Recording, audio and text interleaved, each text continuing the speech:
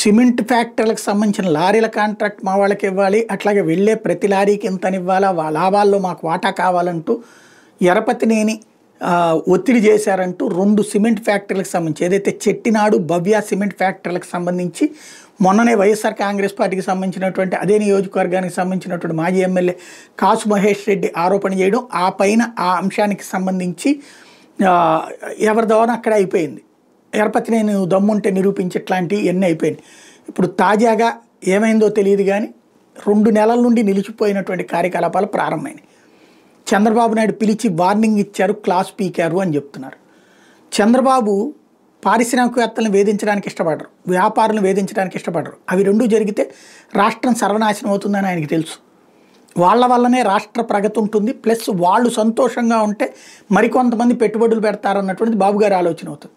లోకేష్ ఆలోచన కూడా అదే ఉంటుంది. కానీ గ్రౌండ్ లెవెల్లో ఇసుకలో తిన్నది చాలక, మద్యంలో తిన్నది చాలక, కాంట్రాక్టులో తిన్నది చాలక, గనుల్లో తింటున్నది చాలక, ఇంకా తినడానికి ఏది దొరికితే అది పట్టుకుని తినేద్దాం అనేటటువంటి రోట్లతో వస్తున్న సమస్య ఇది.